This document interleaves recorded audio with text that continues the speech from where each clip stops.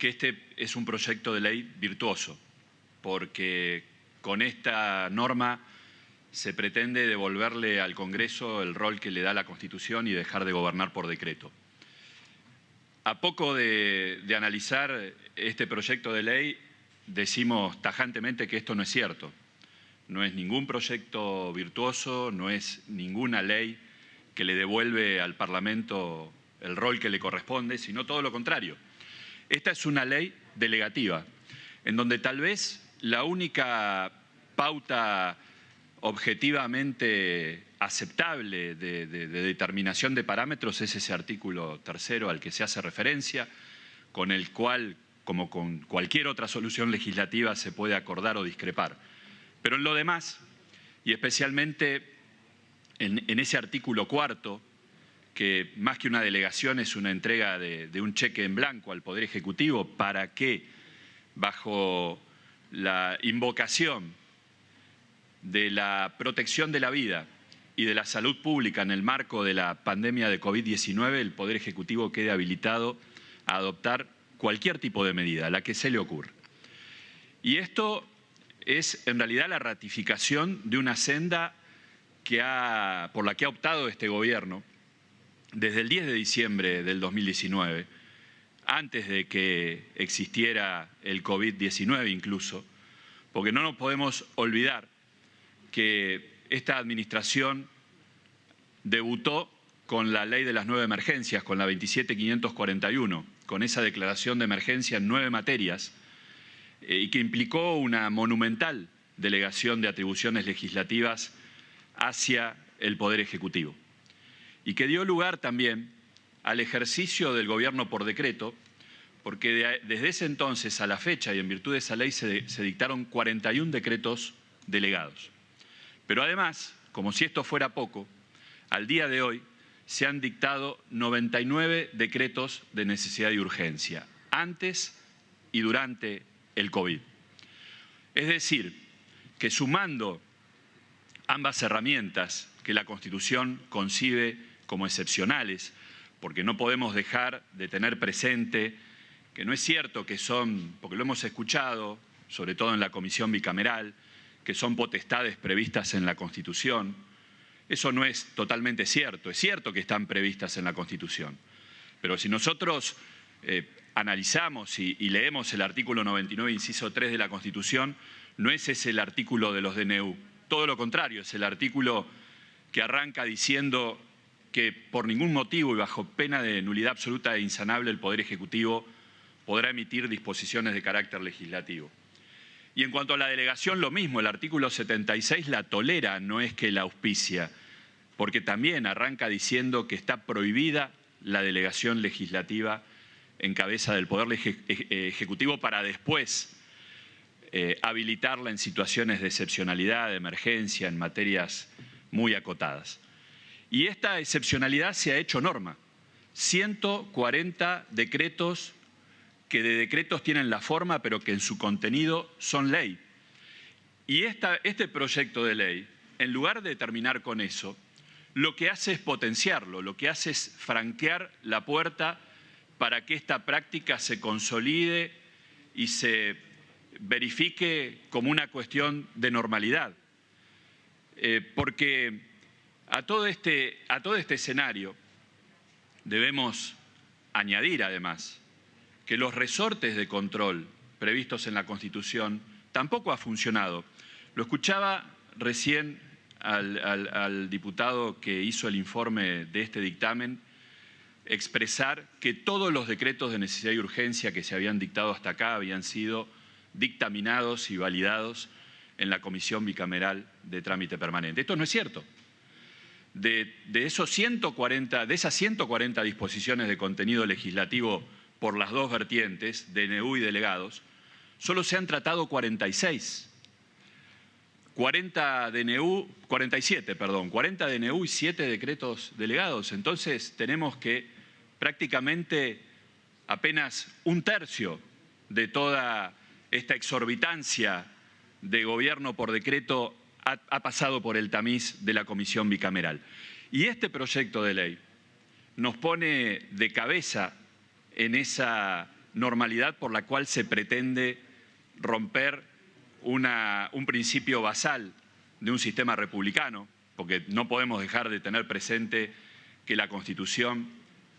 desde 1853 ha definido, ha optado por el sistema republicano, que entre otras cosas implica división de poderes, implica que cada poder solo puede ejercer las competencias que le atribuye la Constitución. Y aquí estamos concentrando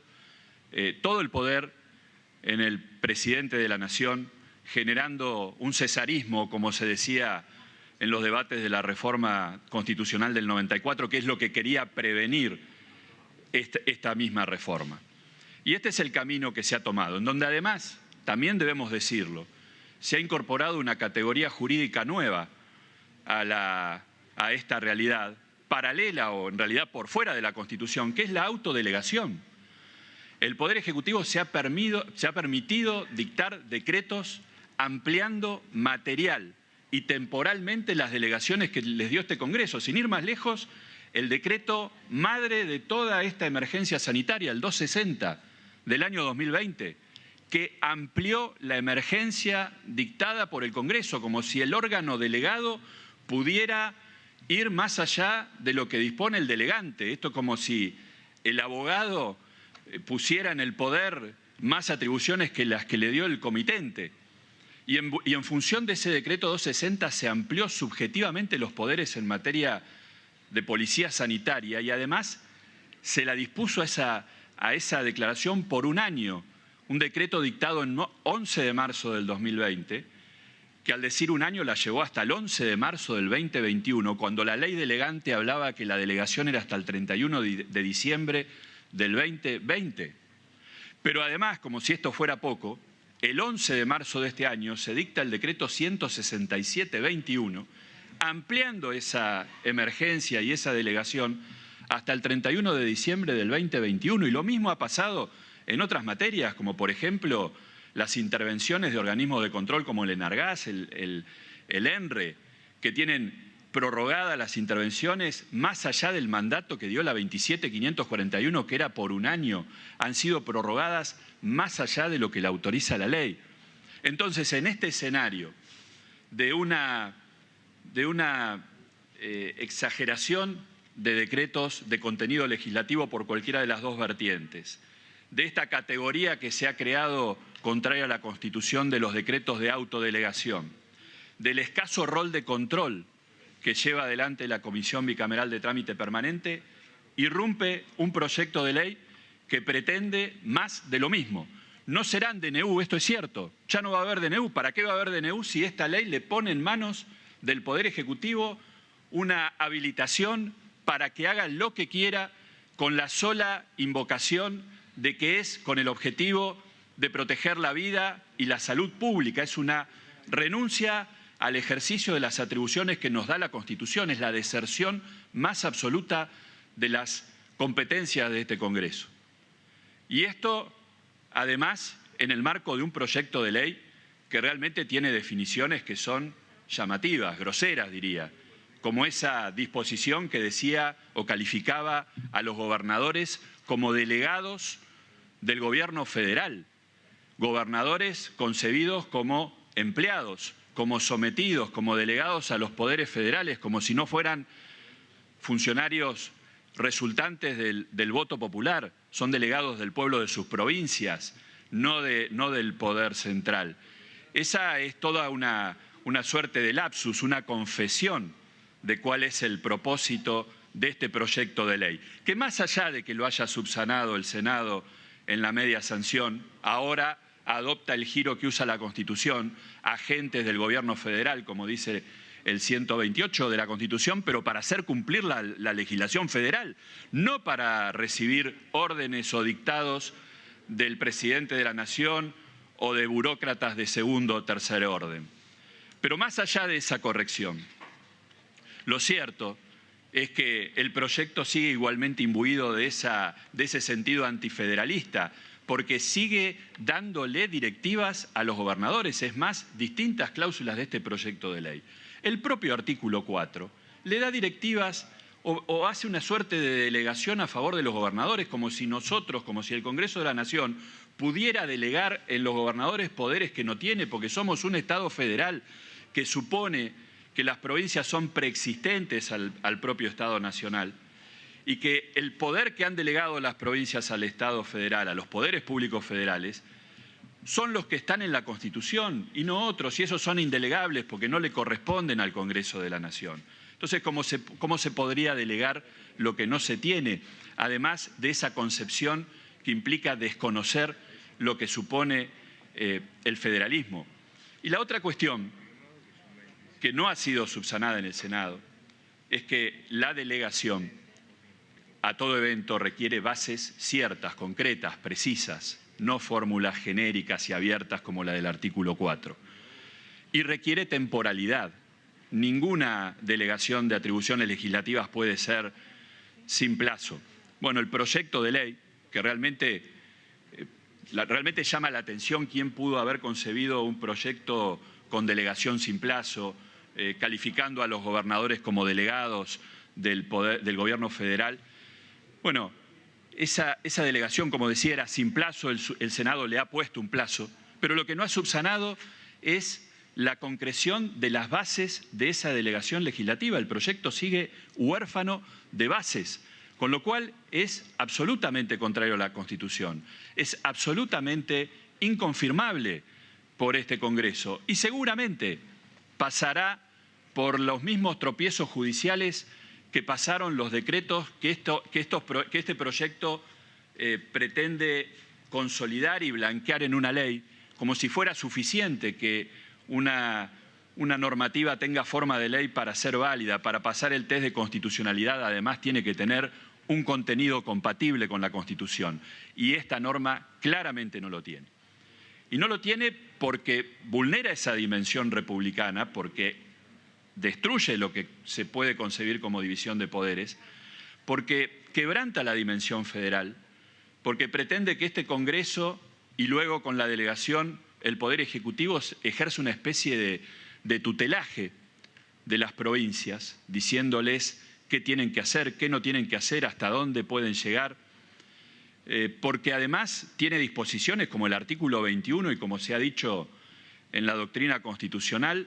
incursiona en lo que se llama la legislación contrajurisprudencial, porque no es que hace 10, 15 años la Corte se ha pronunciado sobre este tema. El máximo tribunal de la República lo ha dicho hace exactamente 30 días, cuando estableció que el Congreso no puede disponer sobre el gobierno de la materia educativa porque esa es una competencia reservada por las provincias. Entonces, esta suspensión de clases que dispone el artículo 21 confronta con la Constitución, confronta con ese criterio de distribución de competencias y confronta con un mandato expreso contenido en un fallo, en un pronunciamiento del máximo tribunal de la República, en donde de un modo quizá premonitorio, lo dice uno de los considerandos, creo que es el 26 del voto de los jueces Maqueda y Rosati, que no importa la fuente normativa de esta vulneración, no es el tema si es un decreto o es una ley. Ese considerando lo dice claramente, una ley del Congreso que dispusiera esto sería igualmente constitucional porque no lo purga la fuente normativa. El problema es que estamos en un Estado federal,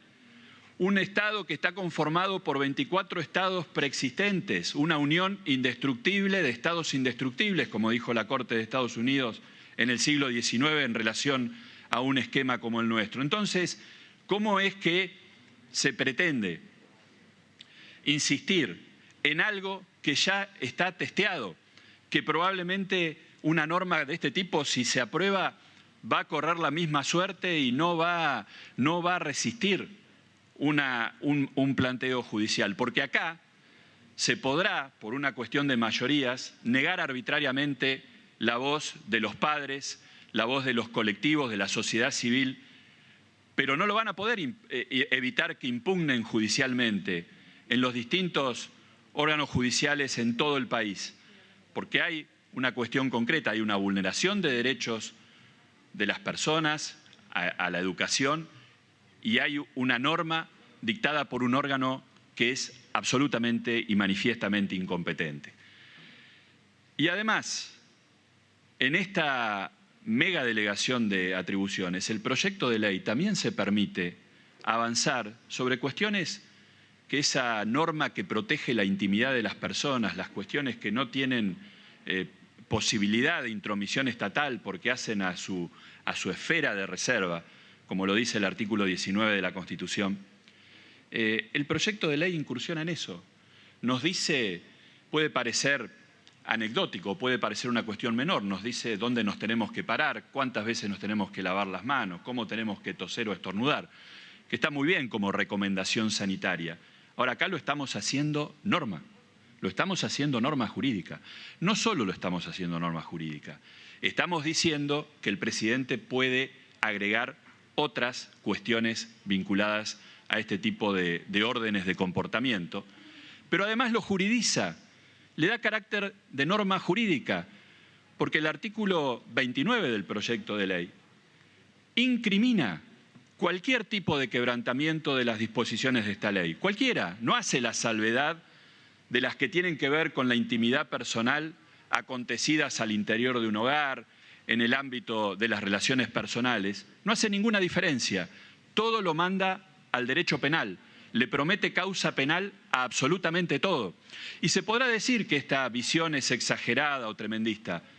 pero nosotros tenemos, en todo este tiempo de pandemia, sobre todo en muchos estados provinciales, hemos visto la violencia institucional, hemos visto el abuso de poder, hay personas que han muerto al interior de comisarías en situaciones que aún hoy en día no se han esclarecido. Ha habido apertura de causas penales por opiniones vertidas en redes sociales, por opiniones vertidas en medios de comunicación. Ha habido persecución penal contra periodistas por el mismo motivo. Entonces, nosotros con este proyecto de ley estamos abriendo una puerta peligrosa, la de la juridización de la vida privada. No solo la juridización, además la penalización de todos esos aspectos. Entonces, creo que debería reflexionarse seriamente antes de convalidar un proyecto de ley como el que tenemos en consideración y animarnos a que realmente sea el Congreso en una ley el que establezca los parámetros, y no solo los parámetros, porque están los parámetros en el artículo 3º, esto es cierto, pero las consecuencias que provienen o que se siguen, mejor dicho, a esos parámetros. Y eso claramente este proyecto de ley renuncia a ello. Deserta en las competencias del Congreso, se las pone en manos del Poder Ejecutivo Nacional y con eso estamos prácticamente bajando las persianas y dejando que en esta materia, en la emergencia sanitaria, que como se ha visto involucra aspectos que no tienen que ver solamente con cuestiones de salud, con cuestiones médicas, tienen que ver con la libertad de las personas, con el derecho a la educación, con el derecho a ir a visitar a un familiar enfermo, con el derecho a asistir a un familiar, a un amigo en estado terminal, con el derecho no solo de cruzar lo que de ninguna manera podemos llamar fronteras provinciales. En Argentina no hay fronteras interiores, en todo caso son límites. Acá se ha impedido cruzar límites provinciales, no solo eso, se ha impedido cruzar límites para volver al propio hogar. Bueno, todo eso que no debería volver a ocurrir, lo estamos convalidando y habilitando con este proyecto de ley, transfiriendo todo ese poder omnímodo a una sola persona. Por ese motivo, presidente, adelanto el rechazo de nuestro interbloque. Muchas gracias.